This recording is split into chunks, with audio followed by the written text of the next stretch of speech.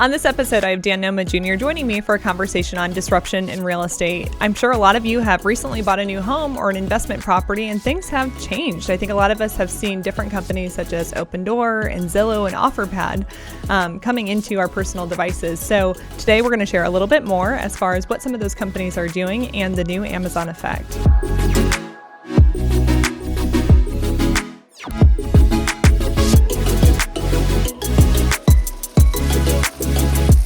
I wanted to welcome Dan Noma Jr. for joining me today. Dan joins us from Venture REI and is actually a local expert when it comes to real estate in general. So very excited for him to share a little bit more as far as the disruption that's happening in real estate. Cool. Thanks for having me. Dan, do you mind maybe sharing a little bit more about your background and what you do on a daily basis? Sure. Yeah. My focus in real estate has been primarily on working with institutions, private equity groups, hedge funds, things like that. Actually, like a lot of people will say I've never sold a home to someone that lives in it. And that's probably true. So I've always, been involved mainly on the investment side, and most recently focused with large institutional groups that have come into the single family for rent space. So can you maybe share a little bit more as far as how has real estate just changed or evolved over the last couple of years? Yeah, so Phoenix, is interesting because it's the hotbed of all this, what the news is titled disruption in the industry. We started with one group called Opendoor. That's now evolved into there's probably 5 that operate in Phoenix today. Phoenix is it's an easy place for groups to replicate an algorithm, right? So like a lot of our homes look the same, or they could buy in one neighborhood and it would be the same house that they're buying across the street in a different neighborhood. So it's an easy place for these guys to come and really nail down their algorithm. It certainly has changed, 2 sides, right? You've got the real estate agent that's affected, and you also have a consumer that's affected in that.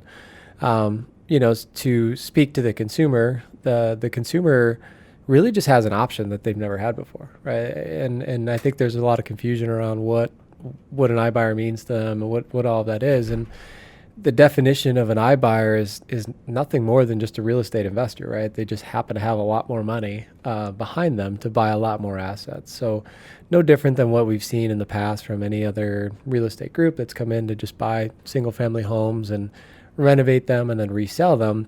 They just happen to do it on a way bigger scale.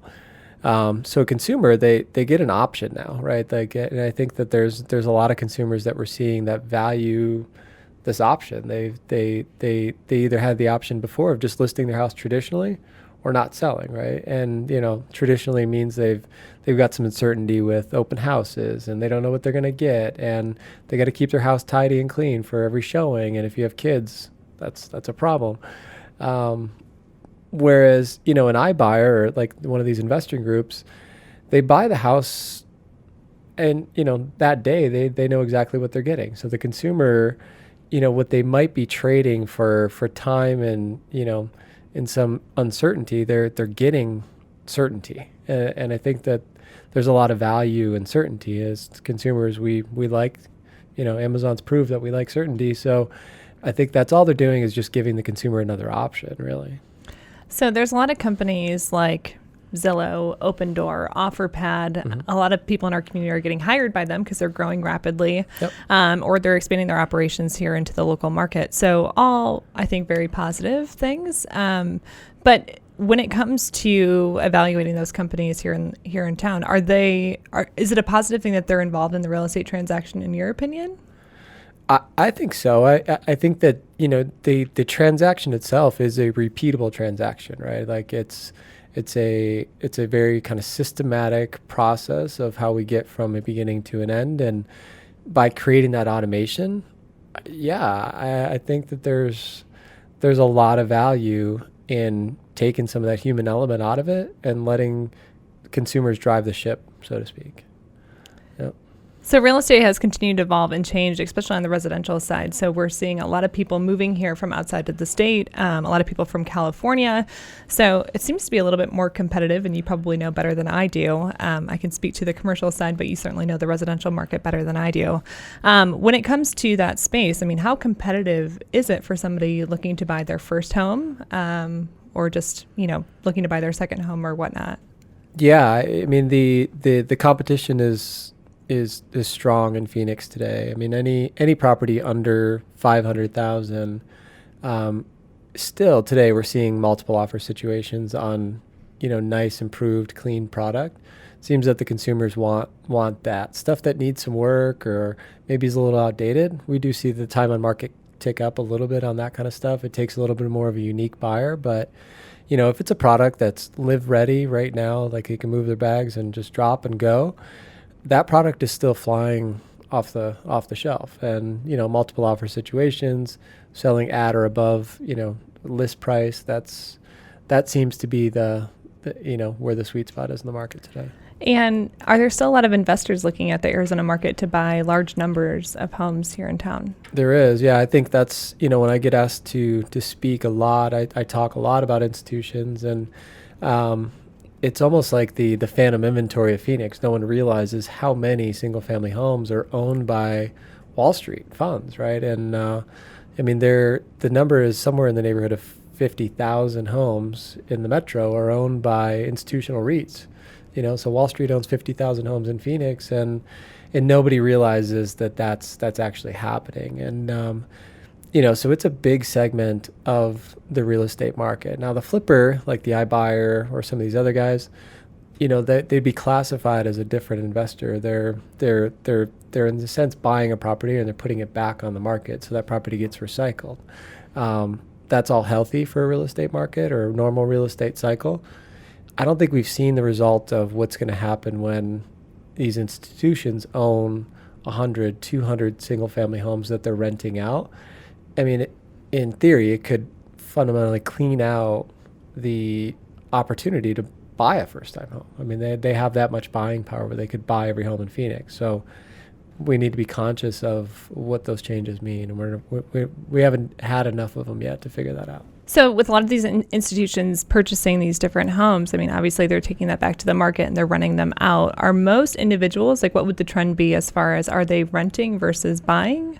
Yeah, I mean, there certainly is demand to buy. I think that there's, even the millennial, they say, well, they thought, the experts would say that they didn't think the millennial was going to buy a house, but I would argue that that's not the case. We see them buying houses in large quantities, but on the rental side, we're seeing 5 rental applications to every 1 vacant property. So rental demand is also kicked up, and that could just be a result of just simple supply. Like, we don't have enough homes in Phoenix to service all these people, which is, built up, our multifamily demand, and all those things have come along with that. So, we just, being in a market where we've seen a lot of boom and bust, what might be a normal market could be interesting. Like, seeing that might be interesting for us for a little while.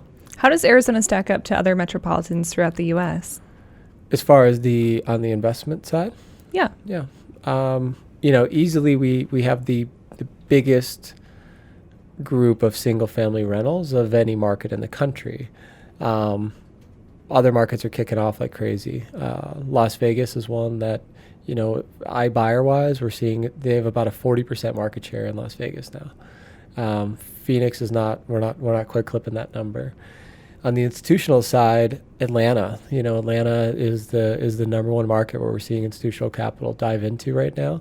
You could still buy a single-family home for $150,000. It's brand new, and it rents for $1,500 or $1,600 a month. So that math works for Wall Street. It's interesting. So for those individuals that have recently moved here, what are things that they should potentially just know about in general as it relates to buying homes in the Arizona market?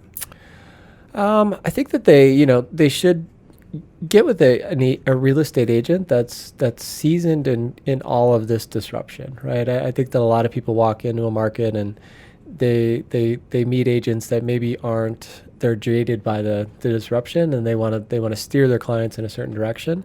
There's a lot of value in potentially buying some of this, iBuyer property and some of the incentive programs and things that they offer, free local moves and different puzzles of opportunity there. So just making sure that they find a professional that understands all of it, I think is probably key. With a lot of this information now on the internet, end users are able to go and explore and find a lot of that information on their own. Yep. How is that changing? Do people still now feel the need to hire real estate brokers to assist them in that process? I would argue that there is a place for a real estate agent, in that process. That we're not quite to that consumer world where the consumer is going to make the biggest real estate purchase of their lives without some professional guidance. And so, I think that the agent's role has changed, and on the sell side, the agents are now playing in a more of a world where they need to provide multiple options. They need to give the consumer all available options to them. And not necessarily be they aren't allowed to be the judge and jury anymore. They have to let the consumer drive those decisions because the information's so good on the internet. Like, we're finding that on the buy side, the consumers are way more educated than we ever saw in the past. So, a Zestimate or their access to information and available properties on the market. Sometimes they're getting to properties as soon as some of the people on my team are finding them as well. So, they're seeing stuff so much faster than they saw before. In order to get in a lot of homes, you still need a real estate agent to show you the property negotiation. You still need a real estate agent to help you guys with negotiation. But, a seasoned buyer, they definitely can transact on their own without having to hire someone now. Very interesting. So when it comes to purchasing a home on their own, there's certain team members that they would need to have in place in order to make that happen. So aside from having a real estate agent, are there any other individuals you would recommend they have involved? Yeah. We're a title state, so you don't necessarily need a real estate attorney. But, if you're not familiar with a real estate contract, I think that, getting an attorney to give it a one look might be important. And then you avoid a lot of problems with the home inspection. So finding a good licensed home inspector that can vet the property and make sure that, you're not going to have issues with foundations or any of the systems of the homes down the road would be good too. Are there any podcasts or articles or sources that you get a lot of your data or information from that you would recommend others look into? Not necessarily. I don't spend a lot of time personally on that information. I think for us, being that we're so heavily on the investment side, I do, I have a ticker in my office and I'm keeping track of what's happening in market conditions because, although they're 2,500 miles away, it has an immediate impact on a lot of my clients right away. And so making sure that, the market's healthy and, things are trading and, that's a little bit more what we focus on, but there's a ton of information out there about disruption for sure.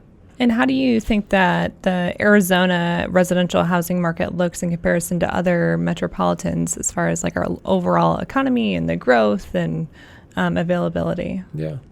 The markets I've visited at least are heavy iBuyer, heavy investor traffic areas.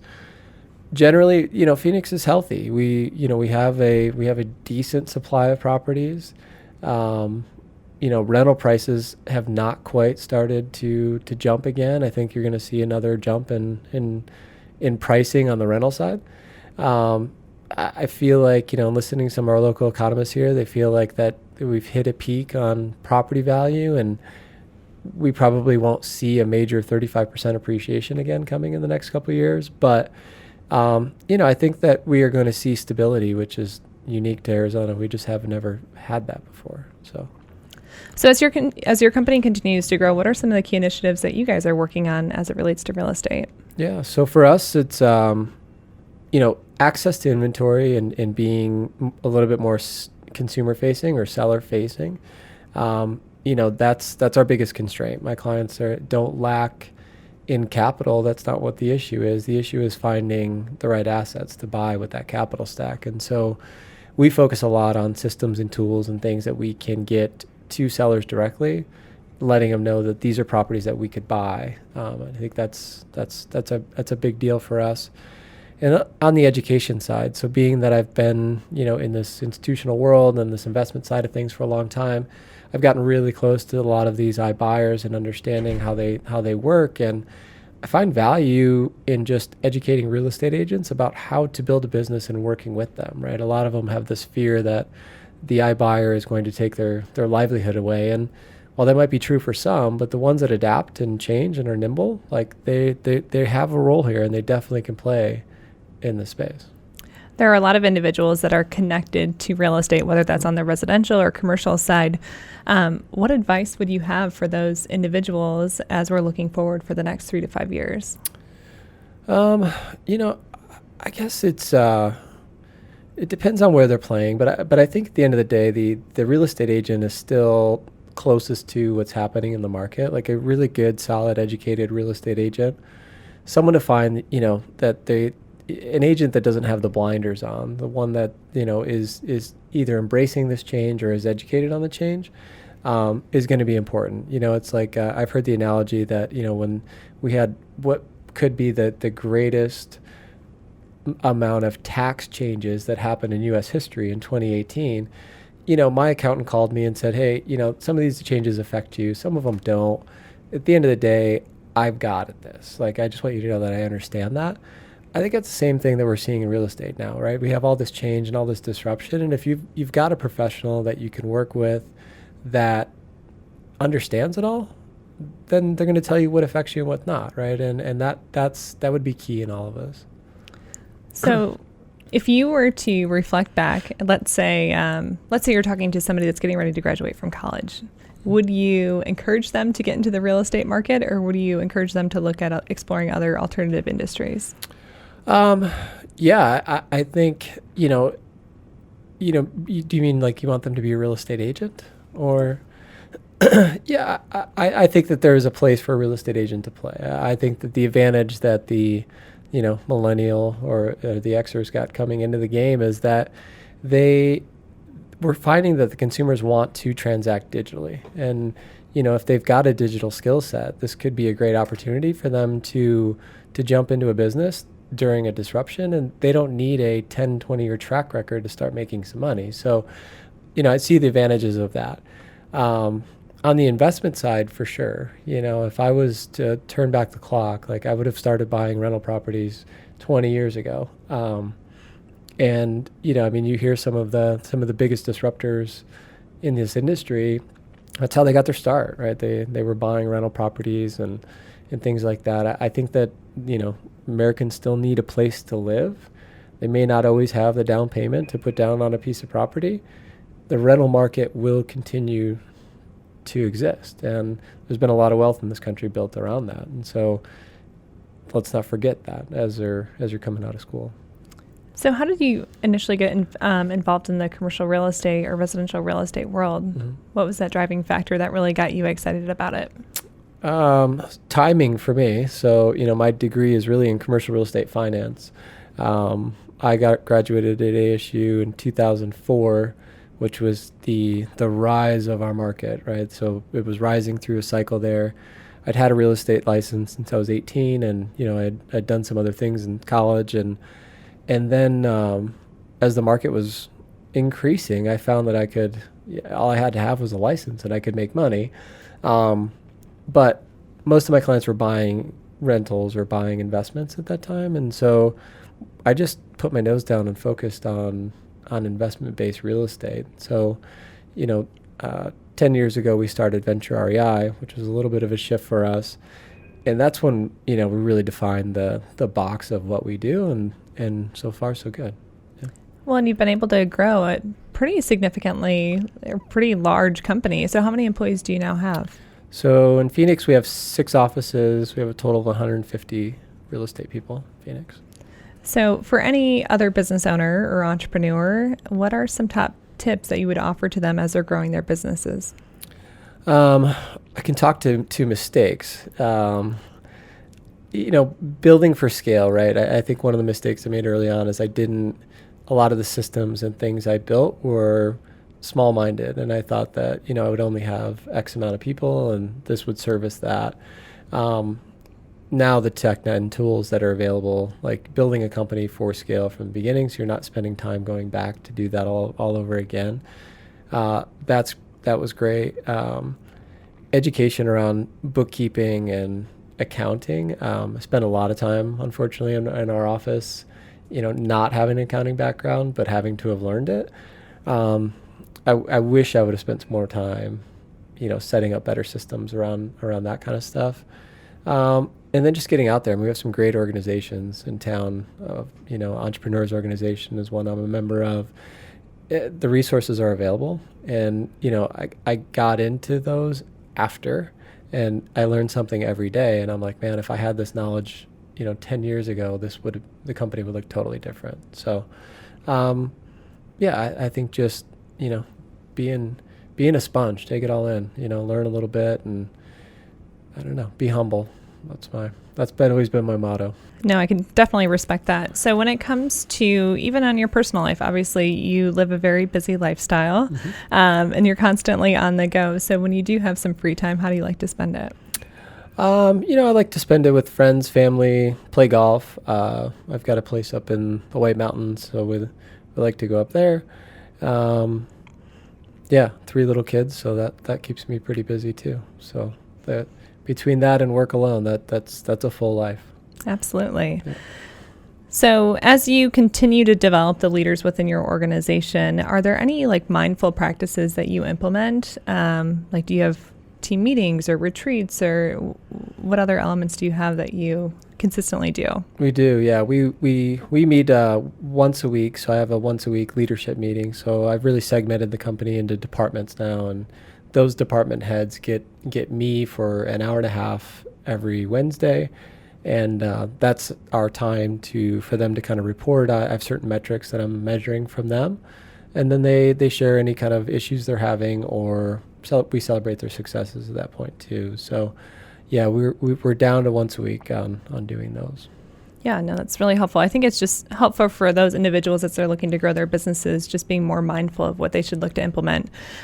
This last week, we actually had a conversation for AZ BizLink on wellness in the workplace.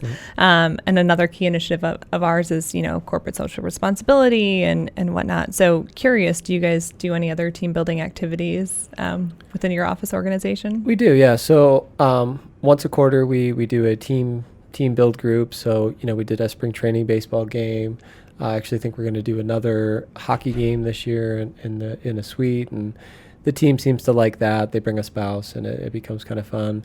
And then constantly in our office, we just have vendors bringing in food and lunches, and so we're celebrating birthdays. It seems like every day now, but we definitely want to recognize people for birthdays and work anniversaries as our 2 initiatives. I know you're frequently involved as far as going to speak at different events or conferences and whatnot. What are some of the major conferences that you tend to attend?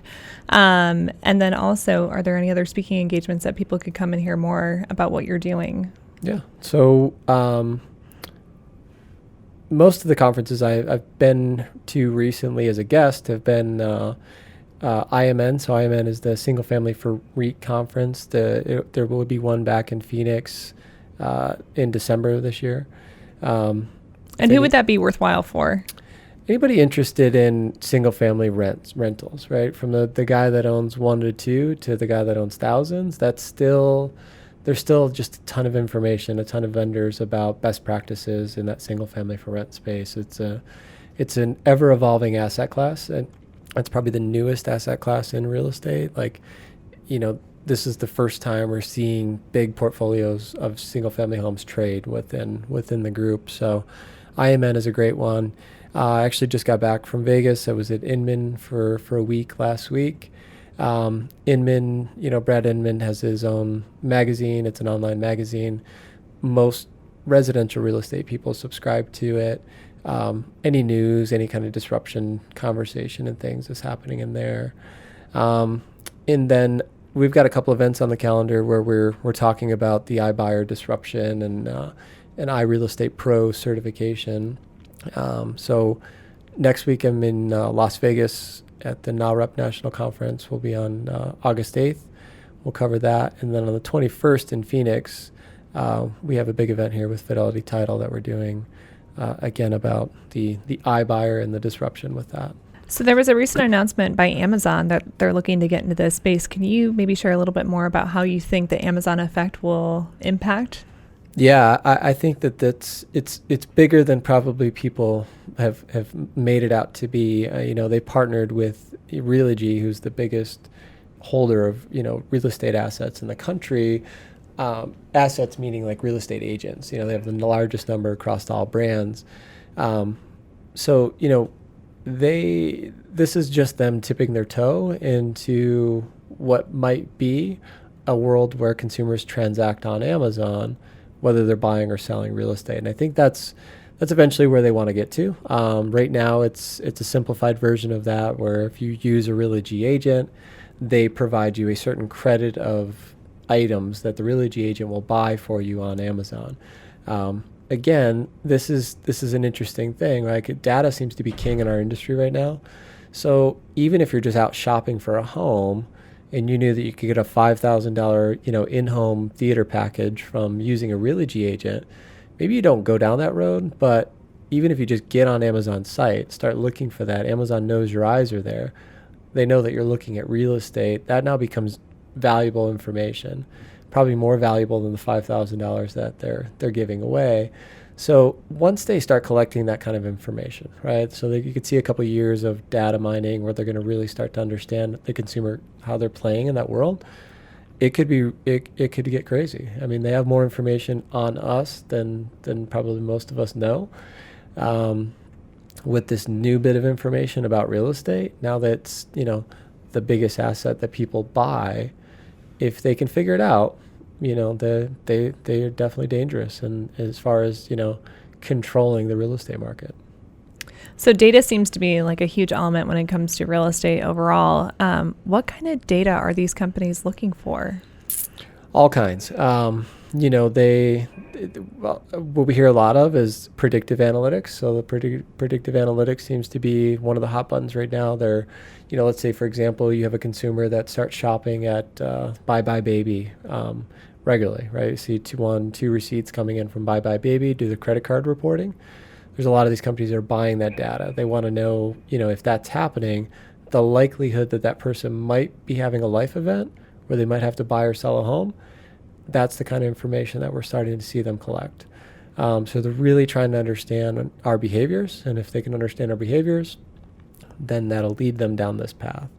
Some of the bigger buyer groups, you start to see them be able to identify properties 2 or 3 years in advance of a potential sale, right? So they know that I'm going to buy that house 2 years before it happens because they know that their math today says that they're the best buyer on that property. It's interesting. I think the data will continue to evolve, but, they're capturing all kinds of stuff, like even on our property management side. One of the questions that we were working on this week was when someone books a vacation rental with us is, what are you coming to Arizona for? Well, my team was like, well, why do we care? They're just renting. What do we want to know? Well, I'm using that information to kind of tailor fit their experience while they're here, right? So if they're coming and they're going to be here for vacation, I want to make sure that I'm catering to their vacation. If they're here because they're visiting a kid at ASU, well, maybe some information about what's happening in Tempe would be valuable to them when they're in their stay. So I think we are in a world where consumers want that. They want this on-demand information. Can't say that they love that we're getting all of the data off of them, but I think that they like the convenience of it all. And how are they getting a lot of that data? Is it from social media or? Yeah, I think there's data collection companies out there that are, tracking all kinds of behaviors, even down to the sensors into your car. Those are monitored by a GPS company that is tracking that data. People say, well, I don't want it, or, I don't want my information out there. I think it's too late, right? I think that we've already all opted into that. But it's nice when we're driving down the freeway and we know that, up ahead a mile, there's an accident. Well, all that information comes off of our cars, right? And so I think it's a double-edged sword. We want it for convenience, and and then we don't want it because we want to protect our privacy. But yeah, these guys they're collecting data from IP addresses, our social media behaviors, things that we sign up for, places that we shop, time of day that we are on certain medias or we're answering emails. All that stuff is being tracked. So you've lived in the Valley since high school. How has the Valley changed since the time you were in high school to present day? Yeah, quite a bit. I mean, I originally grew up in South Chandler, and when we were there, the closest grocery store to Alma School in Ocotillo was at Alma School and Warner, which is now like worlds apart, right? Like they're now considered North and South Chandler, not even in the same city almost. But yeah, I mean with the evolution of the 101 that connected kind of North and South completely, and the growth has just been outrageous. And is there any specific part of the Valley that you think will have the most amount of growth over the next couple of years? I think the West Side's got a long way to go. We're seeing a lot of the tech and the bigger companies that find value in what is a potential workforce out there. There's a lot of land still available that's underdeveloped out there. So I think the West Side has got a long way to go. Where they might struggle is in schools maybe not being as high quality, neighborhoods, restaurants, that kind of stuff not quite being up to standards. So we're seeing a good balance now, but I feel like the West Side's got a longer runway. Is there any additional information that you want to leave our listeners with? No, I think we covered a lot today. What do you think? I think it's great. How do we do? So if people want to learn more about what you do and your company, how can they get in contact with you? So they could go to venturerei.com. If they're interested in more information about working with iBuyers or more information on the disruption, irealestatepro.com, and we have all the information available from there. Great. Thanks so much for joining me today. You bet. Thanks for having me.